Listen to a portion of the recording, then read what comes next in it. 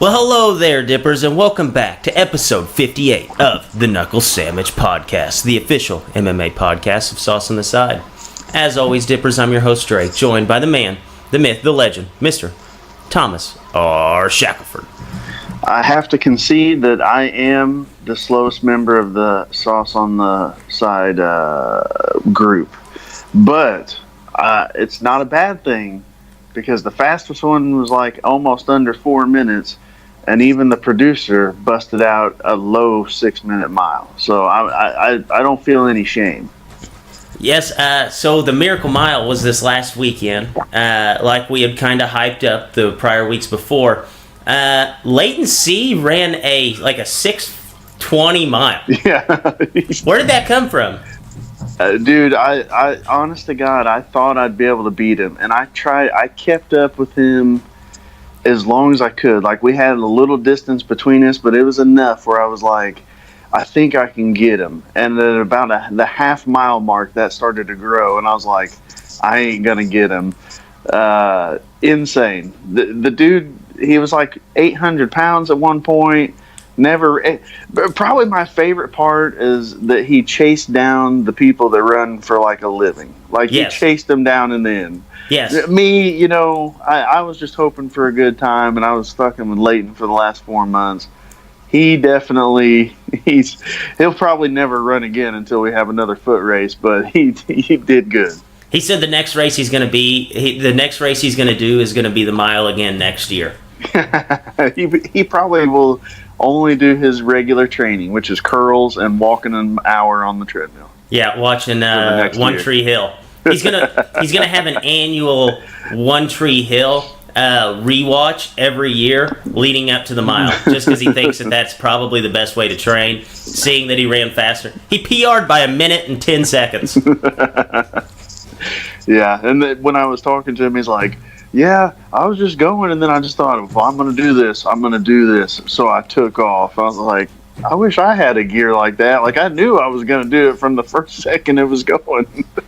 Maybe the best picture of the weekend. So they do at the end of this race, like most races, they have the little blow-up setup at the very end.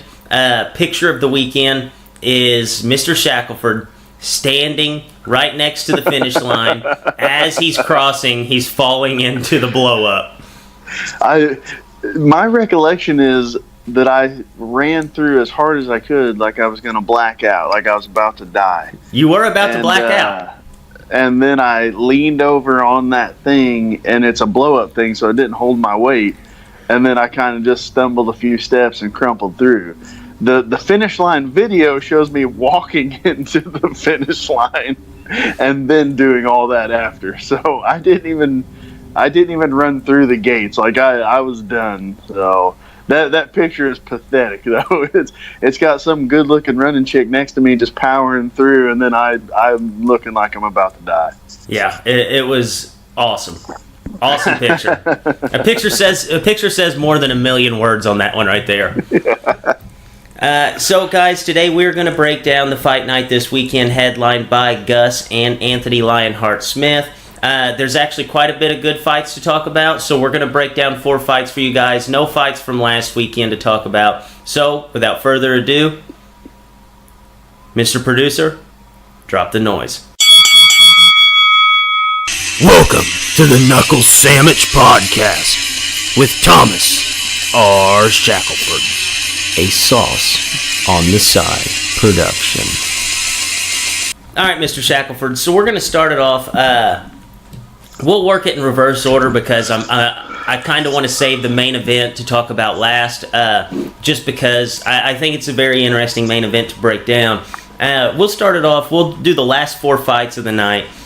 Chris Fishgold opens as a favorite to Marquand Miracani, who is a minus 105 underdog. Mr. Shackelford, what's the pick in this fight? The Fishgold guy, I believe, is a pretty good submission guy. I actually expected the other guy to be the favorite. He's the one I know a little bit more about.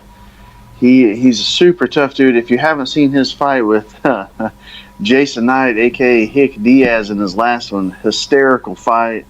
They were talking to each other. He kind of knocks Jason Knight down at one point, and then when Jason Knight steps up, the dude does the old point to the shoelaces trick and is like, "Hey, your shoelace is untied." And Jason Knight, I don't know if you know much about him, but he's like the hillbilly, Hick Diaz. He's the hillbilly Diaz brother, so he wasn't fazed by it. The next thing you know, Hick Diaz knocks him down 3 times, and he opens up the next round with, "Your chin's weak, boy. Your chin's weak, boy. Get your bitch ass over here." So if you haven't watched that fight, get on there, do yourself a favor. If Fishgold is a pretty good submission guy, I would go his way. The bad thing about him is freaking UFC Fight Pass will not let me watch any of his videos. And just before you ask, I did repay and got a subscription for it. So that's not the problem. Yeah. It looks like he's had more fights in the UFC than the other dude. He just beat Daniel Tamer. I guess just go with the favorite on this one. This one's a tough fight to pick. It's going to be a fun fight. A little hard to pick on that one. Go Fishgold though. Okay. I think I'm gonna be dialed into that fight. I definitely want to see it. I actually did not get to see the fight against Hick Diaz. I didn't realize it was that much of a must watch, but I'm gonna have to check that one out as well. I rewatched it earlier. Was cracking up. Just Hick Diaz is bleeding from his face, calling that dude a pussy. Basically, it's classic. It's a classic. So next up on the docket, we have Jimmy Manawa, who is currently coming in with a 3-fight losing streak. Fighting Alexander Rakic. Is that correct?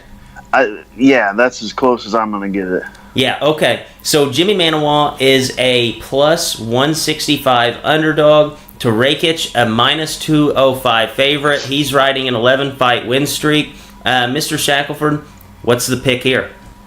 The conventional wisdom would be go with the younger guy on 11-fight win streak. Rakic, the only thing that I noticed about him is his 2. I think he's had. I kind of watched his 2 fights in the UFC. They were kind of weird ones. His last one, he was fighting another guy on this card, lower on the card. I think his name's Devon Clark. That dude was really bringing the fight to him, and I don't know if he stumbled, if he tripped, or it looked like the guy got hit with a ghost punch and went down. And then this guy kind of jumped on him. He's a big, lean 205 pounder, a lot of movement. He looks like he has a good chin. He took a couple big punches. I think the reason Manawa is the dog in this one, he's on a 3-fight losing streak. His chin hasn't looked good in his last couple fights. It's best to go with the young gun on this one. The young gun with stronger chin. At this point in his career, a lot more to go for, and his movement's pretty well. It would be dumb to pick against him at this point. Yeah, I absolutely agree there. This card to me is kind of like the phasing out of the 205 weight class. Yeah, when I was looking through the roster, it's like all young gun 205 pounders versus a little bit older 205 pounders. They're trying to divide the lines there, I think. So where we live in Southern Illinois, there's always a time, and it's right around this time, right at the beginning, like as we enter summer, the water turns, and the water tastes bad, and things change during that time. And I feel like right now, with this weekend coming up, it kind of signifies the turning of the water in Southern Illinois, because we have a lot of young guys, up-and-comers coming in with a lot of kind of blue bloods of the 205 weight class going head-to-head. So there's a good chance that we're going to have a turning of the water this weekend at the 205 weight class. So next up, we have Volkan Ozdemir, opens as a slight favorite. This fight's basically a pick'em. Ozdemir is coming in on a 3-fight losing streak. Unfortunately, they've been to basically the top of the bill here. Dominic Reyes, Anthony Smith, Daniel Cormier, and he will be taking on Ilir Latifi, who is coming in off of his most recent loss to Corey Anderson. Basically a pick'em fight. Ozdemir's a slight favorite. Mr. Shackelford, what's the pick in this fight? You know, I do like Ozdemir in this one. I don't think he's going to lose 4 in a row. His last fight to Reyes was razor thin. He had that great fight with Anthony Smith. To me, just like technically wise, he's going to have the reach a little bit, and I think he knows he has to fight a smart game plan to get a win. Because I mean, four straight losses in the UFC, and that's almost unheard of that they keep you around. You have to be fighting some really, really insane fun fights to get kept around like that. Now, as far as technical wise, he's probably like a foot taller than Ilir Latifi. So Latifi, we know he was like a national wrestling champ, representative for the country for Sweden. Trained alongside DC back in the day, I believe. That's like how high level his wrestling was. But he's only like 5'8", and he's got a huge right hand. But he's kind of gotten away from any wrestling in his last few fights. And Ozdemir's got a pretty good wrestling base on me. He even fended off DC for a while. So I think Ozdemir's going to keep him at distance, piece him up a little bit, maybe fight a little bit smarter of a fight to keep a win. Because the dude's one of the best in the world, but like you said, he's lost. You know, when you're fighting the top of the division, it's easy to drop a couple. Unfortunately, you just can't drop more than a couple in the UFC. Yeah, I actually agree with you there. And you know, we talk about it, guys, the difference between being like battle-hardened and kind of beat up. I think Ozdemir is more battle-hardened than actually beat up at this point. So I actually do really like the Ozdemir pick there. So it's upstairs. The main event, we have Alexander Gustafsson taking on Anthony Smith. Anthony Smith's a guy that we basically said a year ago that this guy was going to get a title fight at some point. We were right. Kind of looked shell-shocked whenever he went up against John Jones from the opening bell. Gus opens as a huge favorite, minus 305 to Lionheart's plus 235. Mr. Shackelford, is there any way that our dog picks up the win in this fight? Who was the dog again? Anthony Smith. Substantial dog. Man, that's...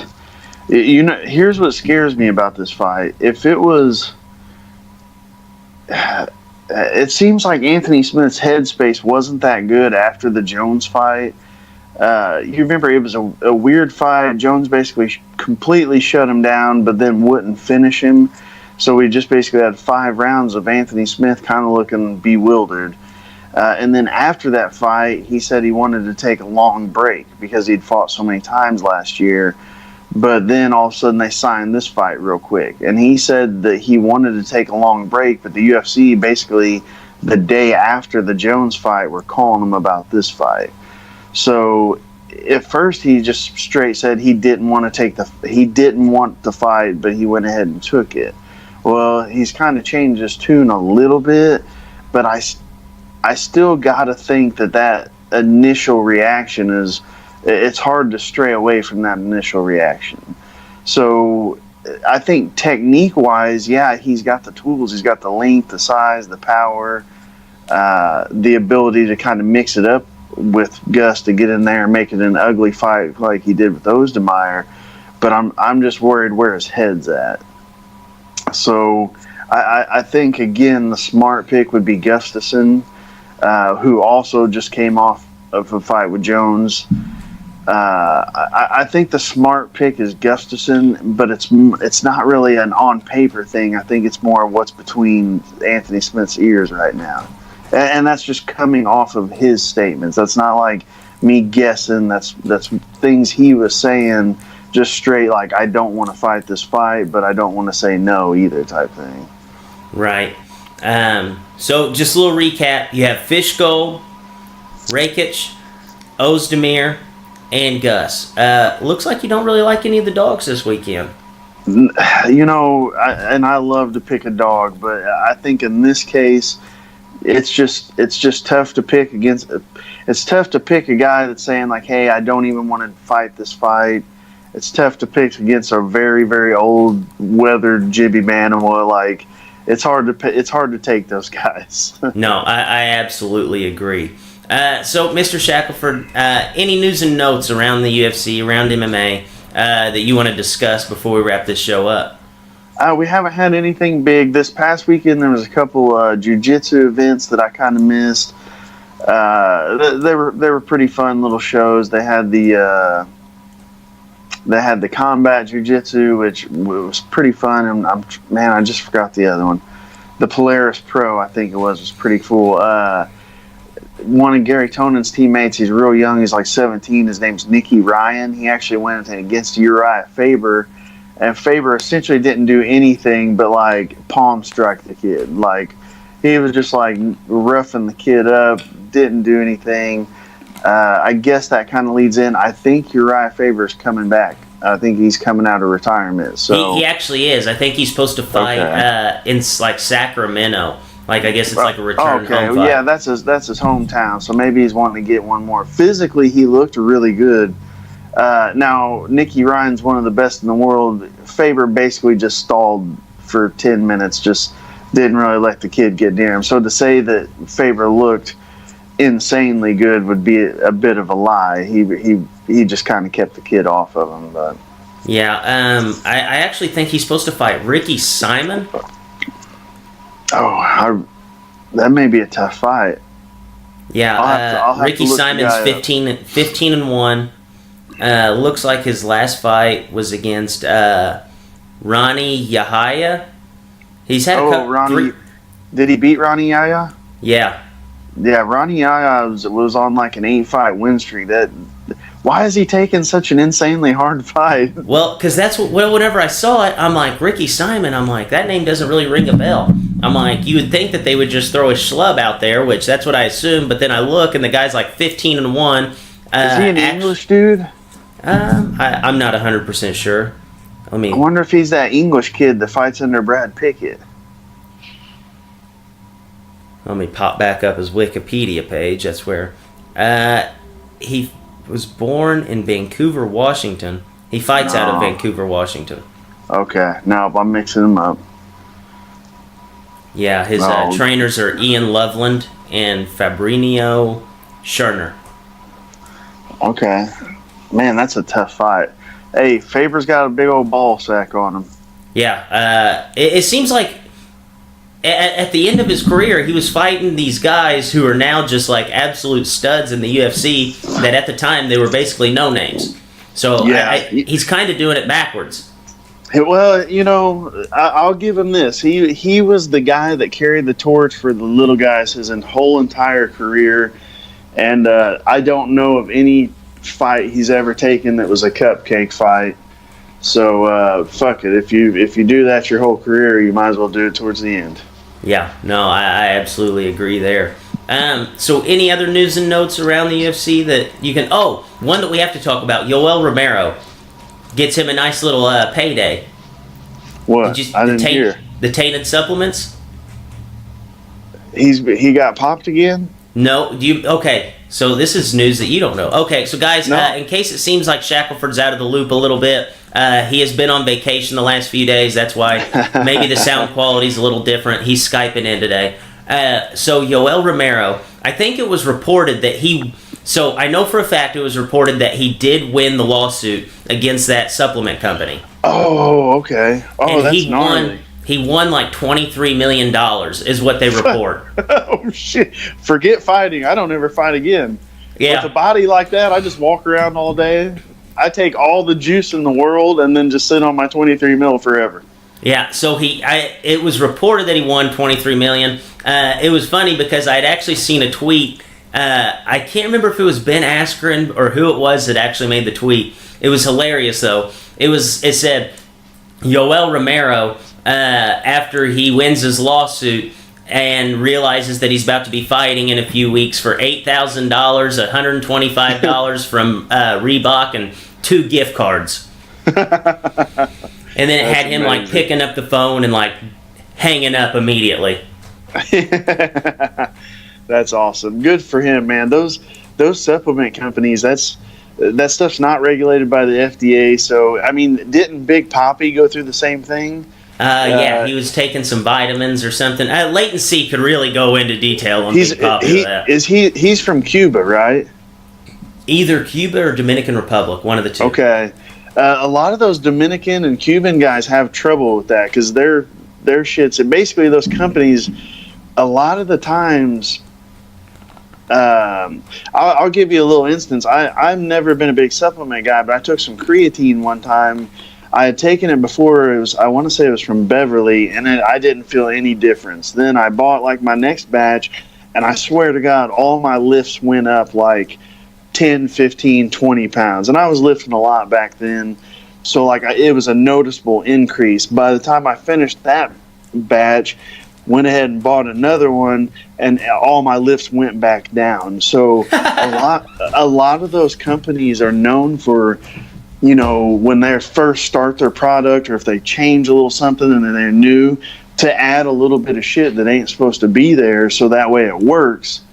And then, you know, they just phase it out, and then you're still buying the shit. You just think something's wrong with you.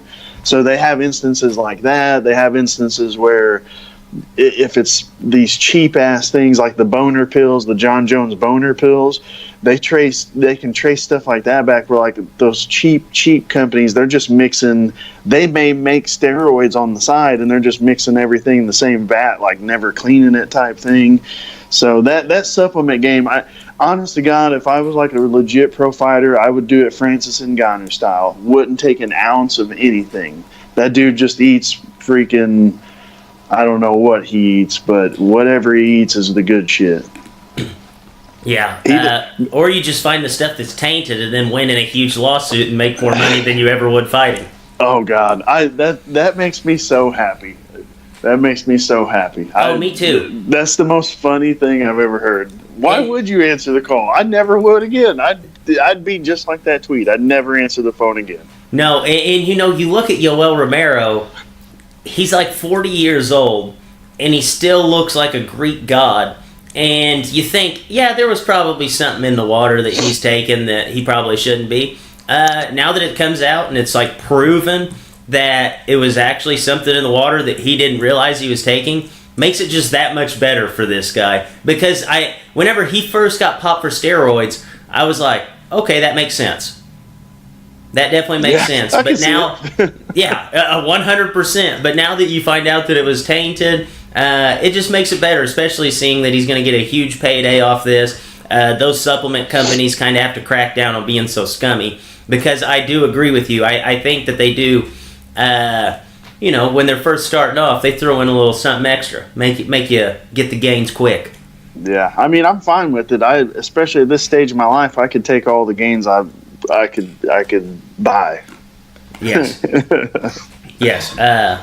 Pretty funny story there, though.